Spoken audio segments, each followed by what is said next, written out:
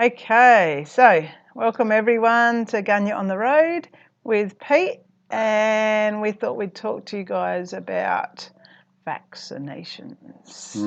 There we go. All right. So, of course, for people like me who've been sat away, stashed in a corner, watching all the COVIDity unfold for the last, whatever it is, 18 months or so almost, isn't it? Certainly one of the big issues has been the push by the system wanting everyone to be vaxxed. And so now in the current vax world, what we're witnessing is an enormous coercion of will so that everyone ultimately rolls their sleeve up and accepts the vaccination. So, of course, what I've witnessed is that if we sort of, from conspirology sort of perspective, we've got our institutions which, in their endeavour to sort of keep us under control, like to divide and conquer.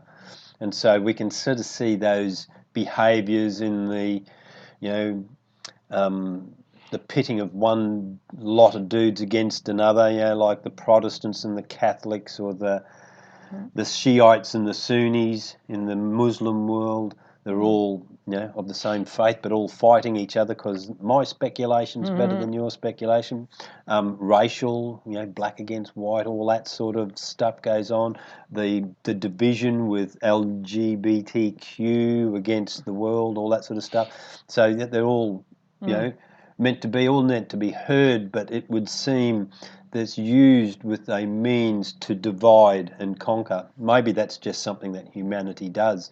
We are a gendered species, so we probably do like to exist in certain conflict. But anyway, getting back to COVID, it appears to me that as it's played out, we've got this new set of divisions that are coming through our communities, which you can experience and observe in everyday life. So there's, initially there was the COVID believers and the COVID non-believers. So once again, the old conspiracy theorists with their tin foil hats have all risen to the surface, and so you've got the COVID believers and the conspiracy theorists, and you've now, as this has all evolved, we've now got the new voiced division of vaxxers and anti-vaxxers. And so that's essentially what we're addressing here, just stepping back, not saying for or against one side or the other, but as a being who is not, I don't think I've got trust issues, but I think it's worthy, it's prudent to go by one of the interesting memes that I've seen put on the internet in recent times. If you trust government, you haven't studied history. That's an interesting meme. So I think it's prudent to trust our authorities with a grain of salt. So then when all of the vax thing is emerging, particularly for me, coming from that whole being interested in the common law stuff, it's become apparent, and it's amplified, all of this has amplified my volition to try and get to the bottom of the common law thing.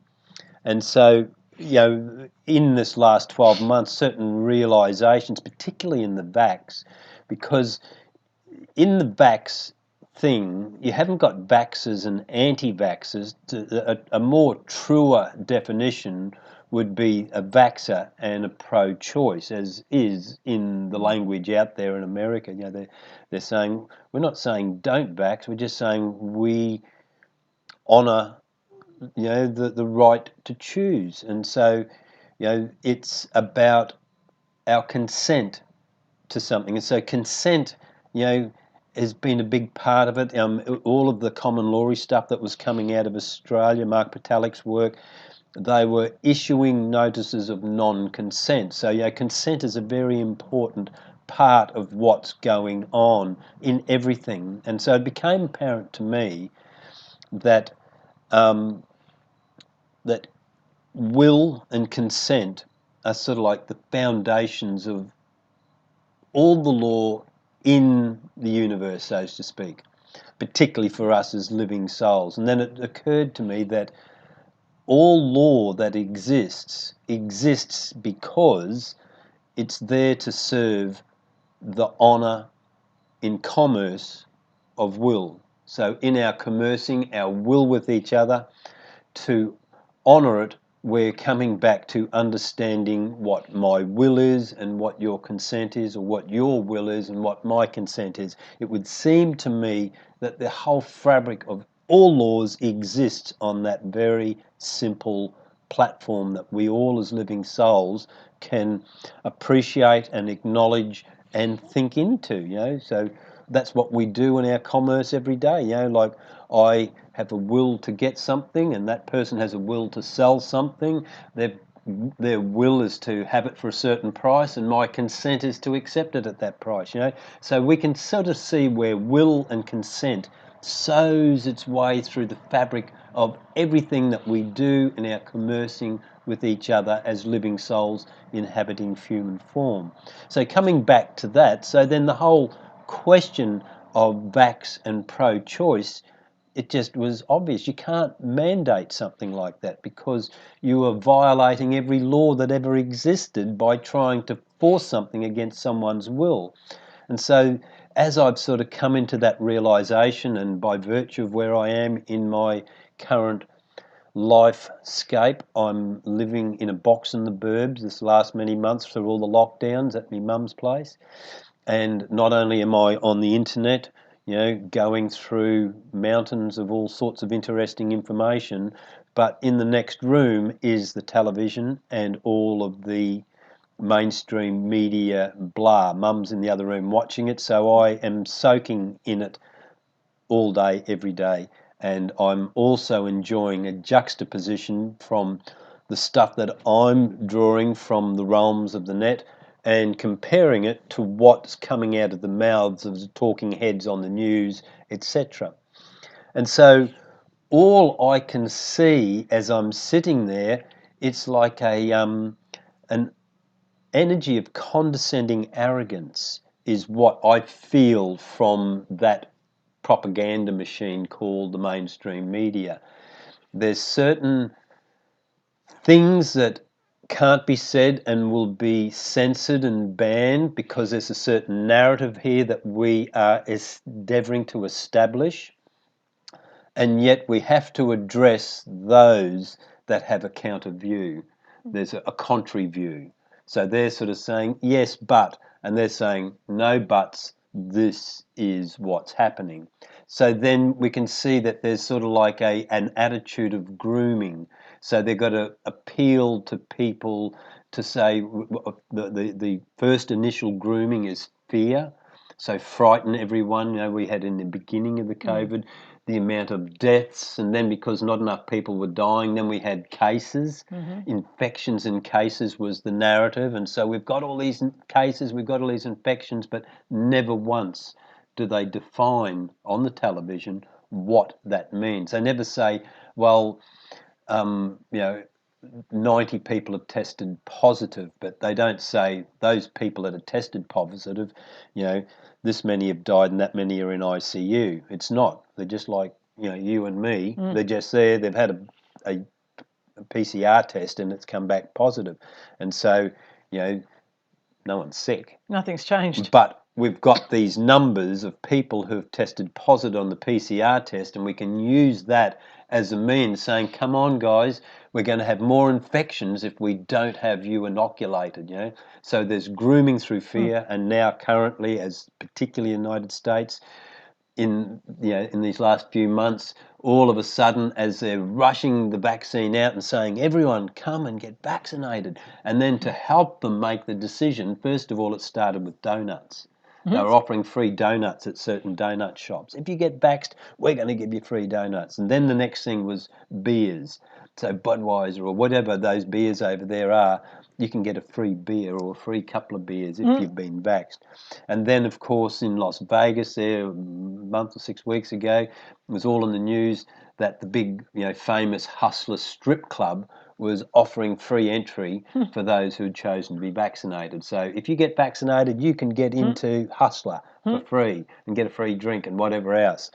And then it's now gone a step further where they've got, I don't know which state it's in, I can't remember, but I've seen the mainstream television presentation of Vax-A-Million, and a person who's been vaxxed is their ticket into the lottery and they can win $1 million, and they announce the first winner. This lady had won $1 million because she got vaxxed. And then on the same program, they announced the winner of a 4-year scholarship. And so that particular young man had been vaxxed and he won a 4-year scholarship. So that is a coercing of the will. So it's playing on the people in essence are innocent and trusting. That's our human nature. And so we've been brought up to trust that external authority. And so we don't begin to question or research ourselves. We're delivered stuff in a way that grooms us, where, if you're watching the mainstream, that continual grooming of, lifting you up into trust or holding you in fear, so that your will is in line with their will. What they need from you is your consent to do what they want you to do. And so, as saying, that whole will and consent, we've got to look at that as being sort of like the foundation dynamic of our universe that all law exists because of. And so what we're looking at in those who say we're trusting, oh good, I can even get more stuff, I can win a scholarship, I can win $1 million, okay, thank you, I've got it. And so the reports that are coming out, that's all on those alternate channels, because there's been a concerted effort by the Facebook, what's the other one, Twitter and and Instagram. Instagram, all those ones have a concerted effort through their algorithms to censor that which is contrary to the narrative that they want in place. And so all those people like Judy Mikovit, Andrew Kaufman, Rashid Buttar, Bruce Lipton, Dr. Shiva, and there's the name Dolores Cahill. There's many, many more. You could write a list of 20 beings who are not just doctors, they're microbiologists or they're virologists or whatever. So they've had 10, 20, 30, 40 years in their respective professions in the realm of understanding the mechanics of what we're dealing with in the notion of COVID, and our understanding of the mechanics of what it means to use a vaccination as a means of dealing with that potential threat. So one of the underlying things, so Dawn Lester's book, she has gone in and forensically unpacked the theory upon which the whole big pharma exists, which is germ theory. So they've presented a germ is a threat to us, and we've created all this arsenal over here so we can deal with that germ. Whereas there's an alternate theory, which is terrain theory. And so terrain theory is that you're responsible for the health and the vitality and the strength and the resilience of your vehicle, so that as you go through the terrain of life and meet 1 trillion different germs, that your own strong, virile immune system is dealing with that all the time. So some things are a little bit harder than others, and you might get a bit crook or a bit knocked back, but then your system comes up strong, it knows what to do, and it deals with it. So when we're looking from terrain theory, it's basically saying, forget about all those medicines, forget about all those vaccines. You have access to what you need to be able to work your way through, as we have as a species. Like I use that in my debating this whole topic. Say, okay, can you tell me where Mother Nature injects us with something good that is put beyond our natural defences. So everything in nature we take in, we either eat it and swallow it or we breathe it in. So we've got a natural defence mechanism there for the substance that's outside of us to the substance we take in. But to bypass all those systems and with a needle inject straight into our bloodstream, is there anywhere in nature, apart from snakes with venomous fangs and mosquitoes with malaria, what else does Mother Nature inject us with? Not just us as humans, but any creature in existence in the whole history of creation. So the whole notion of vaccination is just something that's happened in this last, 150, 200 years sort of thing. And so if you put that into perspective, you go, okay, well, we're endeavouring to be objective here and just look at the bigger picture of it all. Del Bigtree on what's his site called? But he's the guy that made the movie Vaxxed, and he did a lovely demonstration the other day on his show. And he had a 10-kilogram bag of rice, and he opened it, and he picked it up and he tipped it out all over his desk, and he had this giant pile of rice. And he says, "Look, in your daily life, in doing all the stuff you do, that's how many germs you're travelling through everywhere you go." He says, "Now watch this." And he goes through and he picks up 1 grain of rice. He gets a Nico pen and colours it in black and puts it down there. That one's COVID. Right. And so we've created all these mechanisms up here to deal with that one germ there. And so it's sort of like when you start, using logic, you just go, okay, I can hear what they're saying, but unless you start unpacking it, it doesn't make any sense, And so then when I also go across to those censored and banned contrary view areas where they're sort of saying, no, don't get it, and they're sharing reasons why,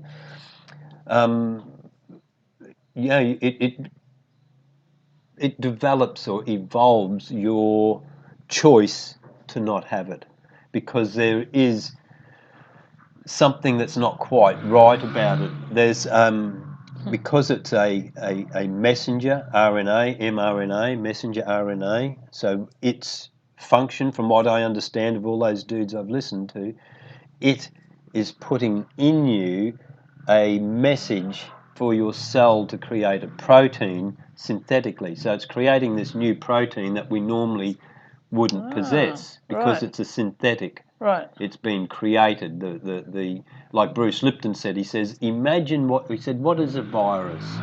And he says, imagine a USB stick. It's dead, but it's got information. And so a virus comes in and it can go into your cell like a USB stick, and you can download that information. So it in itself, compared to like a bacteria, isn't alive. No, it doesn't have an atomic structure, nucleus, isn't it? No, but it still is information that can alter.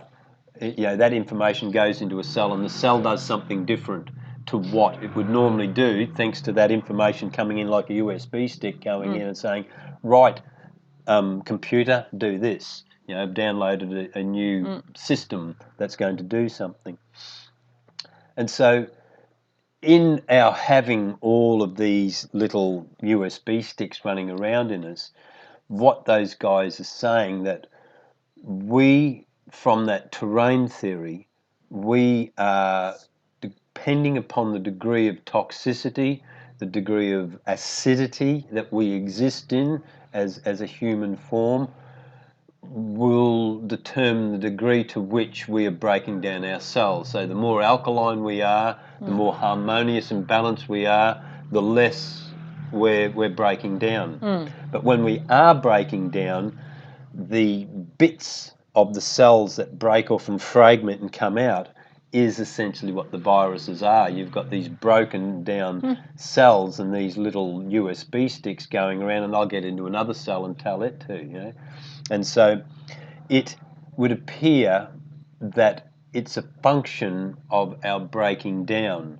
And so the virus, if you sort of compare a virus to bugs in the garden, a plant that's not very healthy will get hammered and taken out by the bugs. And so degree of which we've got health and vitality will depend on the bugs that are coming in to do like in the garden, to break us down and get us out of the system. So that what they're saying, okay, now we've got a synthetic. And so instead of those other little ones breaking off, which of course when we look at the PCR test, that's what they're explaining, that a cell breaks off and then it might be a big strand of RNA, and within that strand of RNA there's 18 digits somewhere, and depending on how the thing breaks off, those 18 digits might be separate, all in one bit, and that's what the PCR test is looking for. There's 18 digits of code on an RNA. If it binds it, you're infected from their perspective. Right. And so when they're looking for it, using the PCR test, it can only see, if it's dominant, they can see it. If it's not dominant, they've got to keep amping it up, increase the cycles of the test, which is sort of like making, your lens on your camera, keep pulling it in, get up full, full magnification. And so once you get up, as the guy that invented it said, once you get up past 30 cycles, like at 17 cycles, apparently it's pretty accurate. Right. But once you get up to 30 plus, its accuracy is down to between 10 and 20%. So meaning a true positive and a true negative, you've got a 1 in 5 chance of getting. Oh, wow. And then the further you go, once you get up to 40 cycles, it's a 0 chance of having a correct reading. You're going to find exactly what you're looking for. So do they stick to 17 cycles, do they? So no, they don't... Oh, so what are they using? 32. Are they like that. Always? Yeah. Oh, so they're... Okay. 26 to 36 or something like that. So it's a bit like the American election, the counting of the votes. It is, and so that's what the allegation is that when Biden came in, they then cycled the PCR test back, so they got less positives. Right. And so, whatever he was doing is obviously helping, because we don't have as many positive results. Yeah. And so they can determine the amount of positives by the amount of cycles that are put in the PCR test. The more cycles you put in, the more positives that will be, come to the surface. So, okay, we've got that little, chunk of RNA. We've got the PCR looking for it.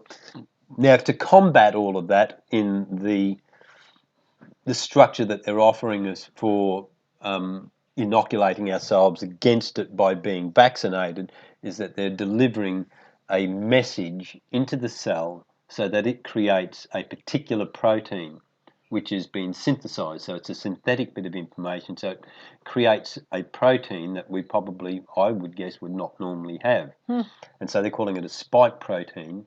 And that spike protein, then the cell produces these spike proteins. And then that spike protein somehow or other is in the vibe of, or in the shape of, or in the form of a COVID virus.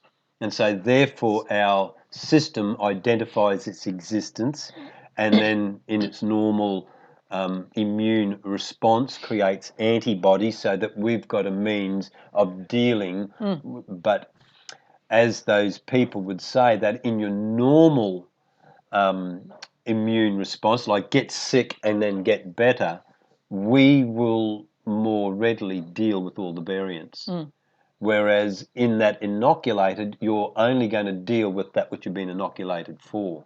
And because then, as Del Bigtree pointed out, it overrides the immune system, and you're only immune to what you've been inoculated for, and you're no longer able to use your natural immunity to deal with that which is outside the square. Those variants that they're all talking about now. So the allegations, from the conspiracy realm, of course, is that it's worthy to keep your eye on the whole vax thing, because there's quite a lot of people have adverse reactions. So there's plenty of documented presentations online with people doing TikToks or using their phone or whatever, and showing the amount of people that have broken out in blood clots. It's even been on the mainstream news. An 18-year-old nurse in Brisbane, ended up with 3 blood clots in her brain from days with him being vaccinated. Heaps of different medical people who have gone and worked at the front line of COVID for the whole time get inoculated and dead a fortnight later. And like in England, in the UK, they released the vaccine in November, and then middle of December they had all those that new virus had been released.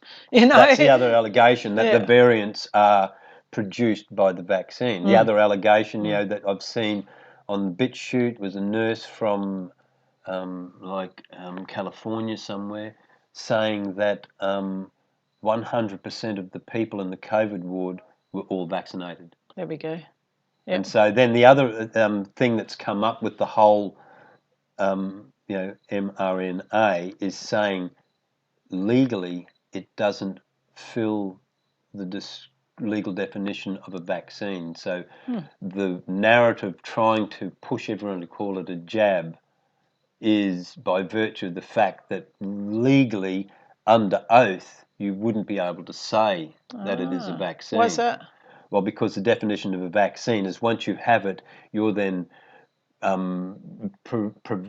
protects you from catching that which you've been inoculated for and prevents you from spreading it to someone else. Right. Well, neither is true with the mRNA. Okay. Right. You're not. It doesn't stop you from catching it, and it won't stop you from spreading it. So from that point of view, Sherry Tenpenny and those other doctors who are on that presentation say that it is not a vaccination. Its closest definition would be chemotherapy or an experimental gene therapy. So, everyone has to do their own sniffing out, their own sitting for umpteen hours listening to those people doing the forensic unpacking of it. But, overall, as I would talk about the whole thing, what I'm watching on the mainstream, I can't say what it is, but I know what it's not, and it's not honest. Right. And that's the main thing. There is no honesty. And so the whole COVID thing, in my receiving of it, I can go to the government website and I can see all the rules and the regulations and all the stipulations as how we are to respond to this new threat. But there is zero forensic unpacking of the science upon which all the restrictions are founded. There's a narrative, but there's not, like my way of thinking, like the amount of money that's spent on trying to coerce everyone. Why don't you spend it and make a 24/7 internet channel? And on that internet channel, the government could have an independent body say, okay, run an independent body, and we want you. Here's all our government and our pharmaceutical company experts. They're on a panel. Now get Judy Mikovit and Bruce Lipton and Andrew Kaufman and Sherry Tenpenny and all those other dudes, and they're on another panel, and have them discuss and negotiate what is the forensic unpacking of what we're dealing with. We've just got a narrative that's dominant and a narrative that's censored and banned. And so that censored and banned narrative, if it was bought in and they had equity, they were able to put their considerations together, then all of us sitting out there go, oh yeah. And then if they had the attitude, come on everyone, we think this is the best way and it's your choice, because we as living souls honouring our will to be, honour your consent, and we cherish your consent, and it's your consent to have this, and this is why we think it's good.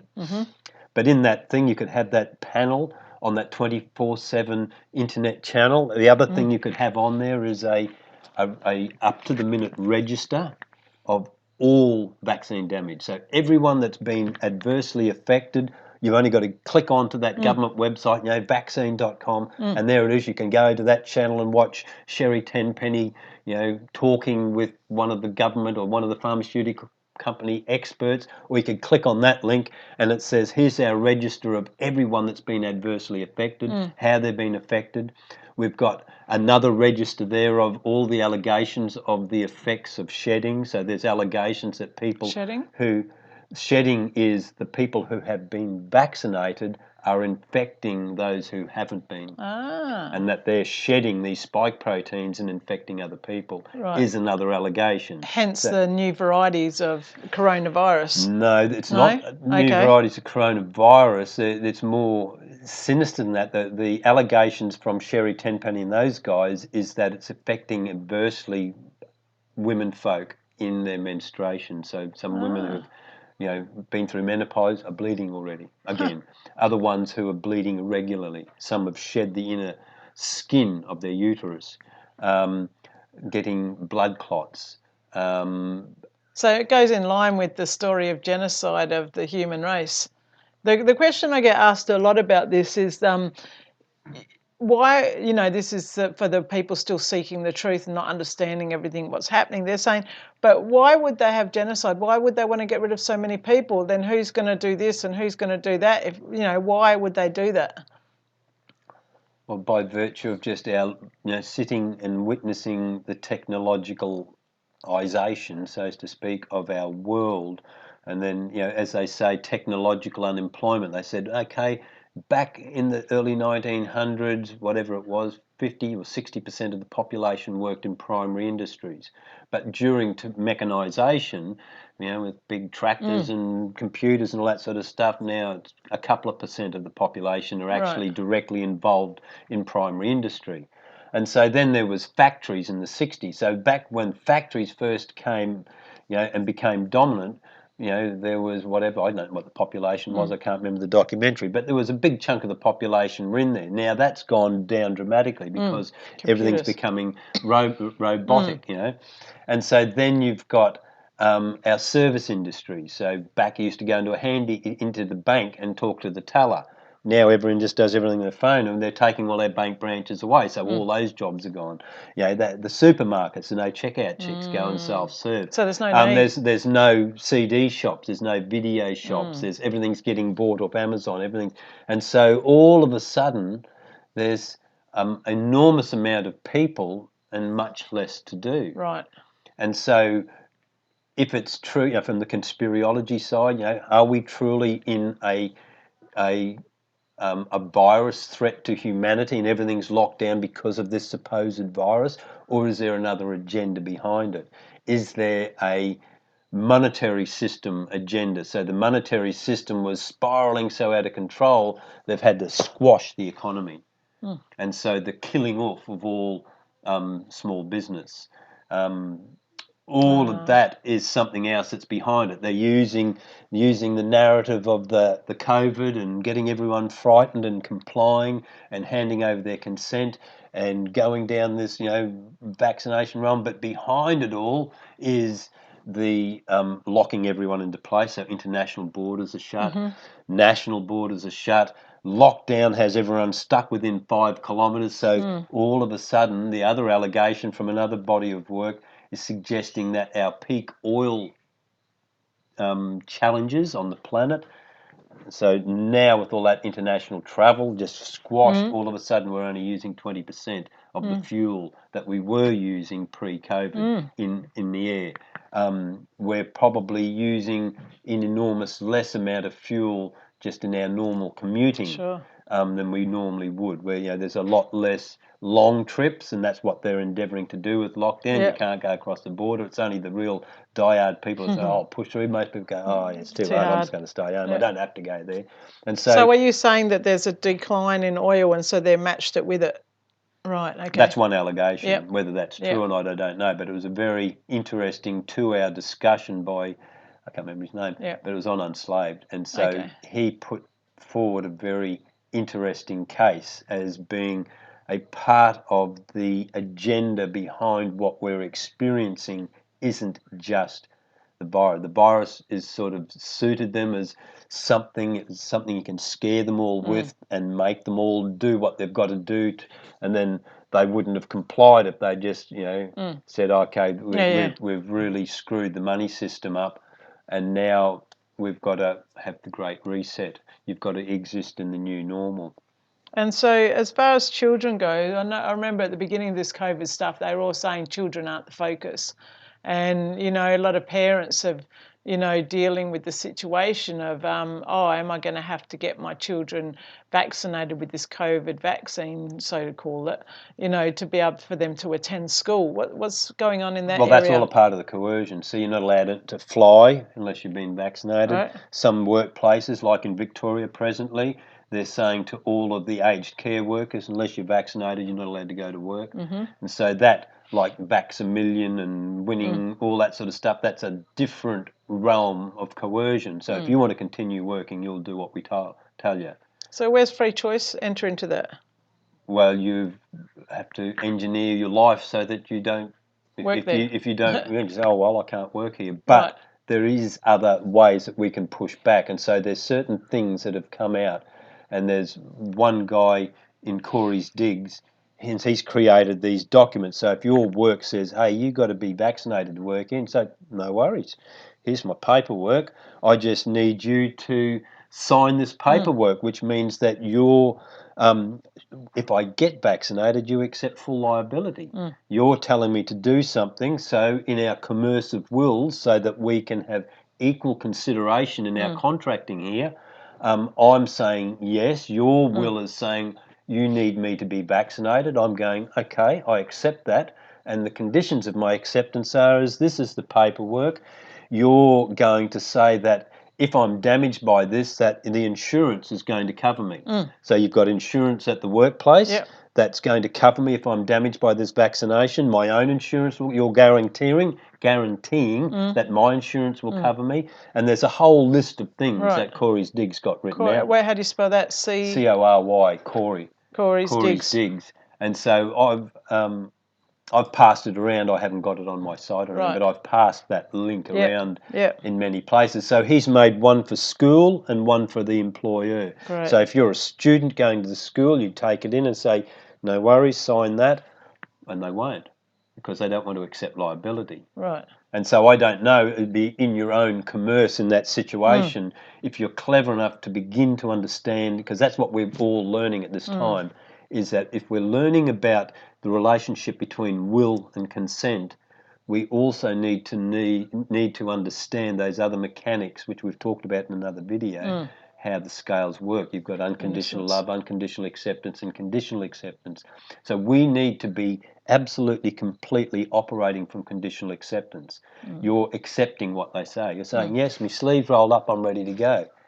That's your consideration. Here's my consideration. Now, if you're going to honour my consideration, you'll sign that. You'll be upfront. You'll be able to direct me to the forensic unpacking of the justifying of the need of it, the forensic unpacking of the ingredients and their effects, the acceptance of the full liability for all and any damage that occurs to me by being vaccinated on your urging. And so it puts, instead of just accepting, because we've got the consent to do that, and they're making that condition, and you go, okay, I accept that condition. If I've got to go to work, oh, well, I'll just get... But it doesn't have to be like that. No. We, in our, honouring of our consent and honouring the equity of the commerce between living souls, we can hand over our consent and just do it because we want to get to work or we want to fly overseas or whatever, or we can stand our ground and really challenge the system, see if pushing back and just really laying down the law. Say, okay, be upfront. Please present the forensic unpacking of the science. That's all I want. And if you're genuine, if you're authentic, you'll be able to just, in the next breath, tell me where to go. I bet you they can't. No, and that's where we find ourselves. And so, how are you envisioning it could play out? Well, in my own relationship with all that's unfolding, as everyone is got to make their own decisions, their own free choice decision.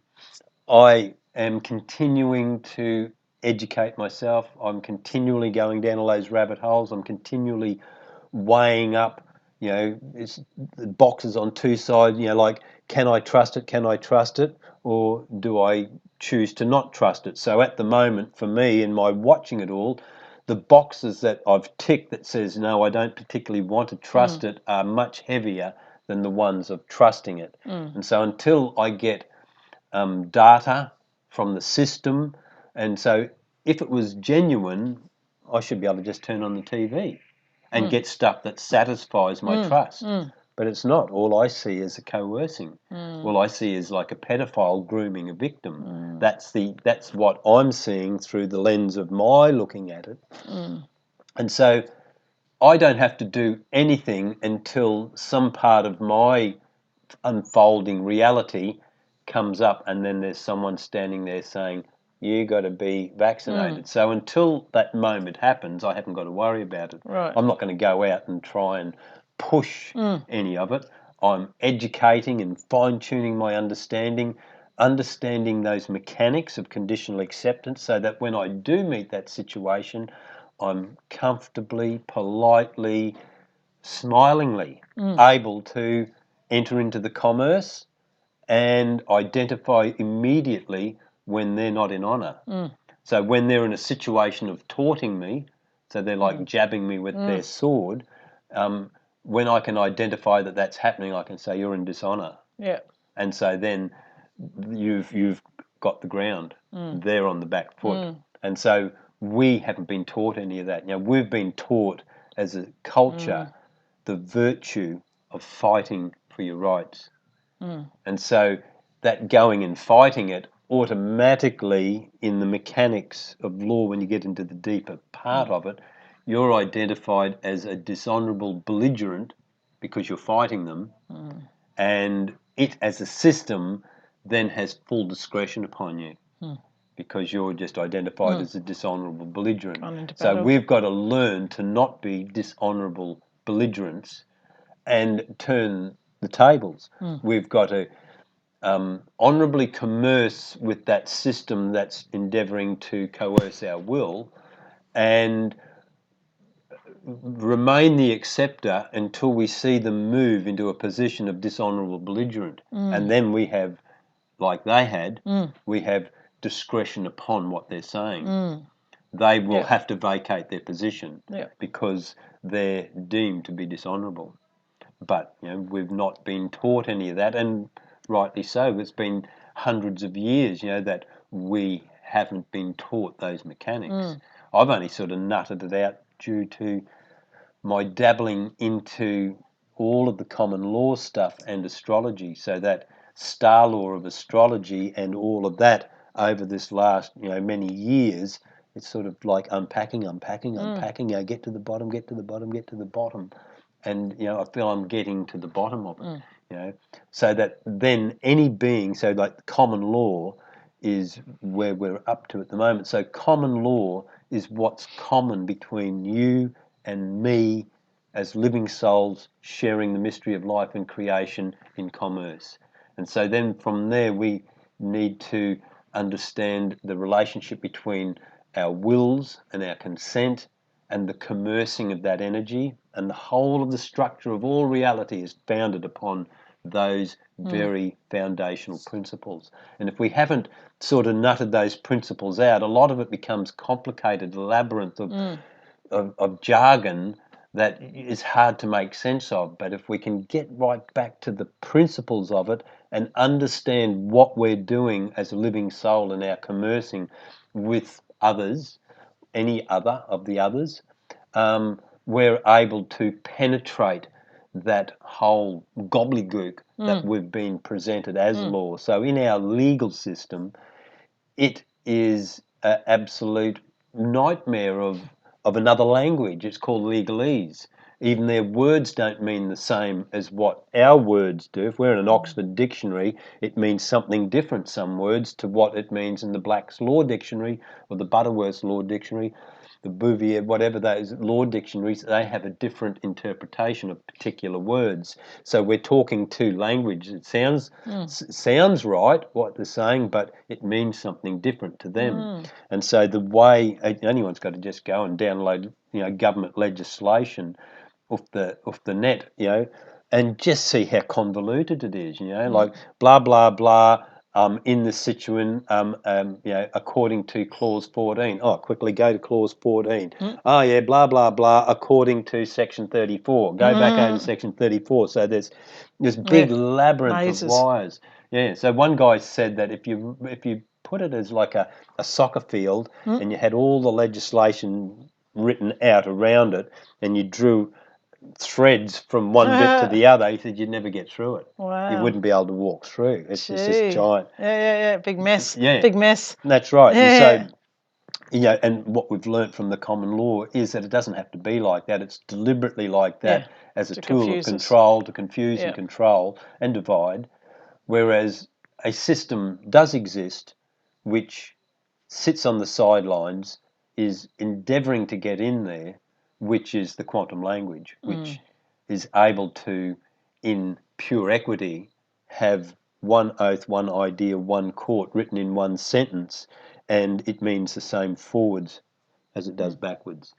And so, and it's written in the now time moment. So that degree of law is on the outside endeavouring to come in. And so for my way of thinking, it's sort of like it's an Aquarian energy. It's sort of pristine. The common law? And no, this is the quantum language. Oh, the quantum language, Yeah, sorry. but I can sort of see that ultimately that somehow or other will sort of come in and support, and will support the common law, because, I'll just say briefly that in my most recent stuff on the net, I've been linked up, I've stumbled upon this link to this commonlaw.earth, and this particular man who has, in his own journey into those, our constitution, etc., he has found that we have the ability to do something that we've always had the ability to do, but we've forgotten, and that's making a common law assembly. And so the common law assembly is effective, like I was saying, it's like the community garden. You've got an NGO, it's got a committee, and in that committee you've got officers. So you've got someone that's a president, someone a secretary, someone a treasurer, someone that's the advertising person, someone that's working at ground level. So exactly how that situation works, that committee works and is formalised and has its paperwork and has a chain of custody for its evidences and all that sort of stuff. It then is able to formally work with the council as a community garden. It's able to go and access grants. So a common law assembly is the same. It's made up of a body with officers in it. They have a convener, they have a secretary, a treasurer, they have sheriffs and whatever else is in there. I haven't combed through it properly yet, but enough to know what's happening in that bigger picture. And so in that common law assembly, it is a united front of grassroots people in a community who then have a formal means of being acknowledged by the formality of, say, like your regional council. Right. So you're a formal body with all your boxes ticked, with all of your audit trail auditable, all of your integrity seeable. So also is this body, the Common Law Assembly, that has a minimum of 12 people in the committee, but you could have 1,000 in there. The bigger, the better. Yeah. And so then it, as a parallel government, goes in and says, okay, now that we've got this, we can convene a common law court. And we're convening this court, and we're calling from our community 12 jurors. We're calling, say, in all this COVID stuff, you could get a health officer from the council and you could summons them to court. And your sheriffs go out and round them up. Doesn't necessarily, you don't have police powers and you can't force them like our system does, but you can summons them. And then there's consequences for them refusing by virtue of what we understand of the law documents. If they should choose to ignore, you can hear it in their absence and make a determination that is served upon them. They've had their opportunity to honour their being summoned, and they can choose to not. But by choosing to not, they activate another process. And given that these are going to be government bodies that we'll be dealing with, obviously they'll go to their lawyers to ask what to do. And what will their lawyers say? I feel from, like I say, I'm not thoroughly understanding it, but from a spiritual perspective, I think we're bringing that spiritual element in, that we're just getting down to tin tacks and leveraging an integrity audit. We can sort of say, listen, guys, there's something going on here, and unless you can bring us something we can have faith in, we don't trust what's going on. So it's up to you. You're the one that is enforcing your will on us. We're happy to accept it, but we're using this body of our common law assembly in this court to reveal more of your integrity. So we're doing an integrity audit of who you are and what you're doing and your effect upon us. And in layman's terms, what does that mean? What's an integrity order? Integrity audit. Yeah, what does that mean? We're doing an inspection of how much we can trust them. Right. So we're in that court situation, we can ask that particular officer, say like in the COVID thing, say, okay, we can see all your rules and regulations, that's all very clearly spelt out, but please can you present your justification for having those rules and regulations? Where's your forensic unpacking of the science? What is that founded on? The foundations for the existence of those restrictions have to be founded on something that is transparent. Yeah. You can't just say, oh, we've decided everyone can't do that. Yeah. And if you question it, oh, no, don't worry about questioning. Don't ask questions. Just do what we tell you, you know. And so as a community, we can say, well, listen, we're not content with that. We can't allow our consent to go over and accept that without some further investigation. And if you're going to be fair dinkum with us, you should immediately come down and just say, yeah, I'm here to answer all your questions. I've got nothing to hide. Yeah. And so we, in front of a panel of the jury, can pull that data out of them. And then we can assess the degree that we can or can't trust them. Yep. Yep, nice. Okay, so final words about vaccinations and also your website and details of contact. Yeah. Okay. In the whole vax thing, apart from what I mentioned of Corey's dig, so if you were needing to confront an employer or a school who's saying you have to be vaccinated before you're allowed in here, there is paperwork out there, which is sort of like a conditional acceptance. There is also another person that's made one for just in the instance that you're dealing with having to.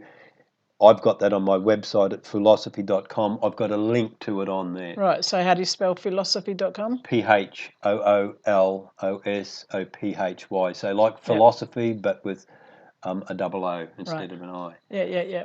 Cool. And that particular document, which is like I've just put a link to it, I myself in my own computer, I've been expanding on it. So I do have a more evolved, personalised version of it that I'm sort of constructing, and like just a work in progress. And I will put that up on my site when I get back to it, and I'm happy with what I've got there. But I think that that's what we as ordinary folk are doing. We're endeavouring to get our head together and go, okay, we've been bamboozled by all the law stuff. It's actually quite simple when you're holding its principles. And if we can merge out and hold hands with each other with the common law is the filter that which we can use against the institutionalized bodies of legislation. Because in that common law thing, that guy said on the website that the common law existed so that all the legislation could be tried and tested, which means that legislation effectively, its last filter before being executed, is put before a common law court and a jury, and they say yes or no, that we will accept that. If they don't accept it, back to the drawing board, have another go and bring it back. Well, we have none of that happen. All the legislation that institution creates, and even if it's not even, as far as we can tell, it's not even a de jure government anymore, it's a de facto government. So it's like a corporation.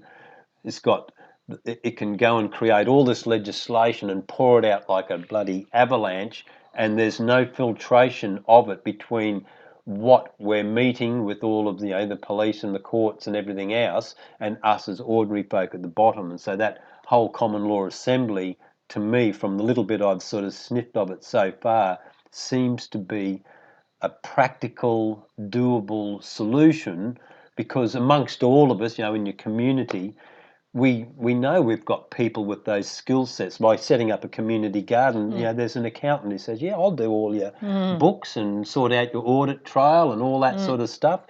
And then, someone else says, I work in doing stuff with advertising, I'll do that bit. I'm good on a crowbar, so I'll just go and do the actual stuff in the garden, And so the same in the common law assembly.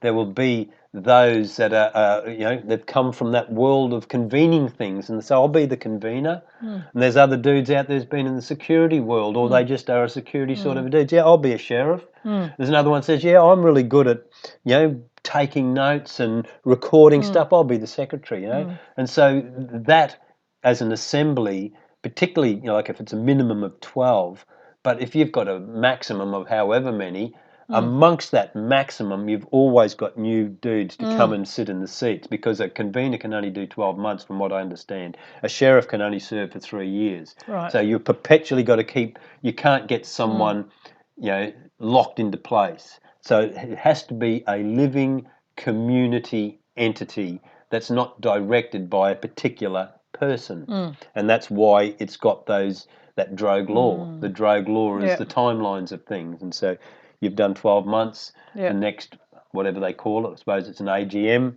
a new convener's put in place. In the third AGM, new sheriffs are put in place. Or new sheriffs arrival, they might have no limit to sheriff. You might be able to have 20 sheriffs, I don't know, but their term of serving can only be 3 years, from what I remember. And so that, creating that thing requires a community interested enough in having it so that it's ongoing. The people that begin it eventually have to drift out of it. They will still be supporting it and members of it, but they're not in the actual pulling the levers, as the officers are the ones pulling the levers. But as in all of those organisations, they pull those levers in response to those who that body exists for. That all makes sense. Okay, fantastic. Until tomorrow.